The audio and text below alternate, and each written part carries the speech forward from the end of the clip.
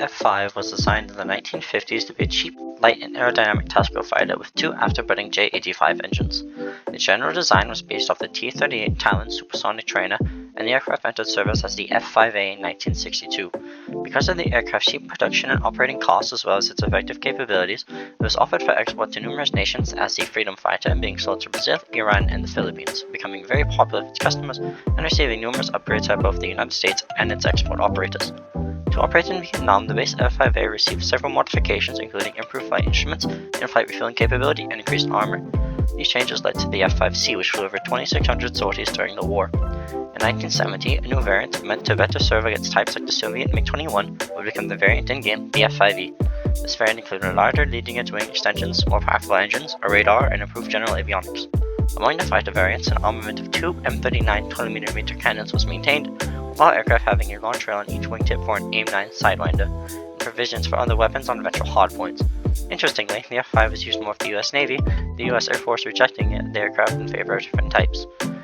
The F-5E was exported to even more nations, with more domestic variants being developed from it. This variant also served as an aggressive fighter for the United States Navy, where it continues serving to this day. It is currently in service with over a dozen nations, including Mexico, Brazil, Iran, and Taiwan. Pi here. We're gonna go over the specifications and whatnot for your shiny new F-5. First, you ought to know that it's a pretty poor thing for energy, having a rather poor top speed of only 1,740 kilometers an hour, which isn't helped much by its incredibly poor thrust-to-weight ratio at that tier of 0.64, and its lackluster energy retention. However, its turn rate is pretty nice at 34 degrees per second, which will outdo most any other craft at that tier. Annoyingly, its optimal speed is pretty high at 863 kilometers an hour at sea level, which, paired with its poor energy retention, makes it pretty difficult to hold optimal airspeed without dropping altitude. If for some reason you decide that you need speed, just remember that your thin little wings will rip off at 1,500 kilometers an hour at sea level. Now, you may be wondering, but Pi, what do I upgrade? And for that, I recommend a few things. First, you'll probably want to focus on pilot or wings, just so you can keep pace with that high optimal speed. After that, engines and guns will do you well. That'll increase climb and energy retention a little bit, while also letting you get better luck with your shots. I'd recommend getting ordnance upgrades through Elite and Ace, although you can do that with upgrade points if you want. It's just a good bit expensive to do so. As for the rest of the upgrades available, probably best to do airframe and crew before you get to Talisman, just so your aircraft is a little bit more competent. Now I'll pass you off to Elite for some gameplay stuffs. Before we get into gameplay demonstrations, first let's briefly review the general playstyle of the F-5. This aircraft performs best in close-range turning engagements. Due to its rather poor energy power and general energy-related performance, it is not recommended to attempt to energy fight. Additionally, its speed should be generally as high as possible due to the high optimal airspeed, although circumstance may require a change in speed. So let's get into the gameplay now. In this first example, we have a standard merge, with Toaster here performing a serially turn.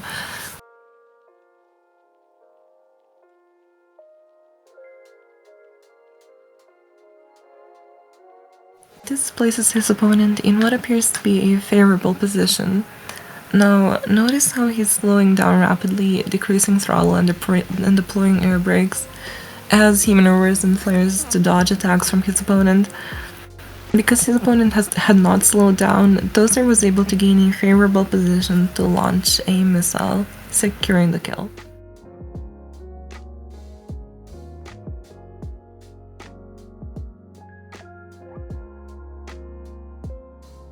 In this next clip, you can see Toaster dodge the head-on, which is always encouraged. He then pulls around at optimal speed to engage in a two-circle fight, winning in the first pass. Here we see a method that can be used to counter boom and zoom tactics. Notice how Toaster climbs to decrease the engagement range, and then dodges the head-on, as his opponent is now incapable of turning. Combined with Toaster's own lower airspeed, an excellent missile lock is obtained and used. If he had not dodged the head-on, a likely scenario would have most likely happened. Here, we once again see Toaster maneuver around a head-on, while also flaring the Jaguar's AIM-9L. After merging, Toaster begins a standard one circle, his opponent turning this around into a form of scissors. Due to the Jaguar's poor speed management, he overshot Toaster, giving him an excellent position to fire from.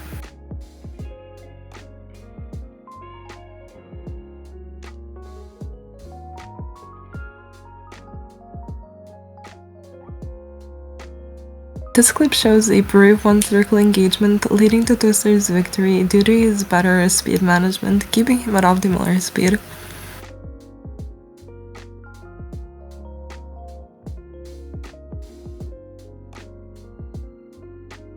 And now we see the importance of situational awareness. After careful merging, you can see how Toaster looks at both of the F4s to ensure that neither can get a shot on him. However, after paying attention to one of them for a little too long, he almost gets knocked out by the other one here. Also flaring 2 missiles.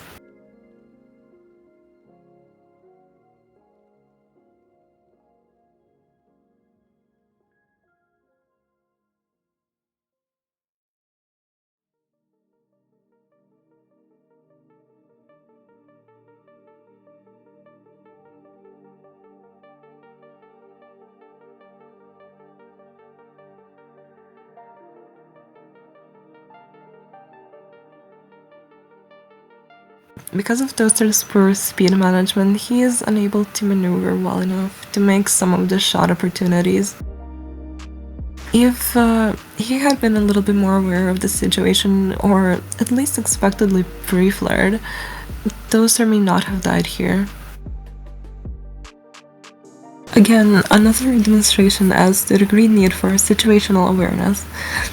Toaster narrowly avoids a missile here, barely making it out unscathed from a head-on. This allows him to secure a kill against the F-5E, which did not have near enough awareness.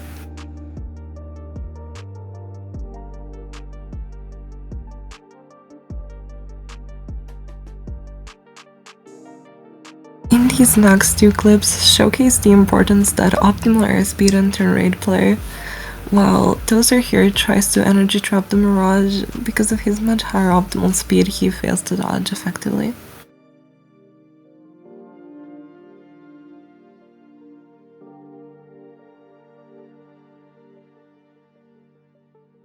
In this other example, Toaster once again fails to keep his speed up, preventing him from being able to match his opponent in a 2-circle fight.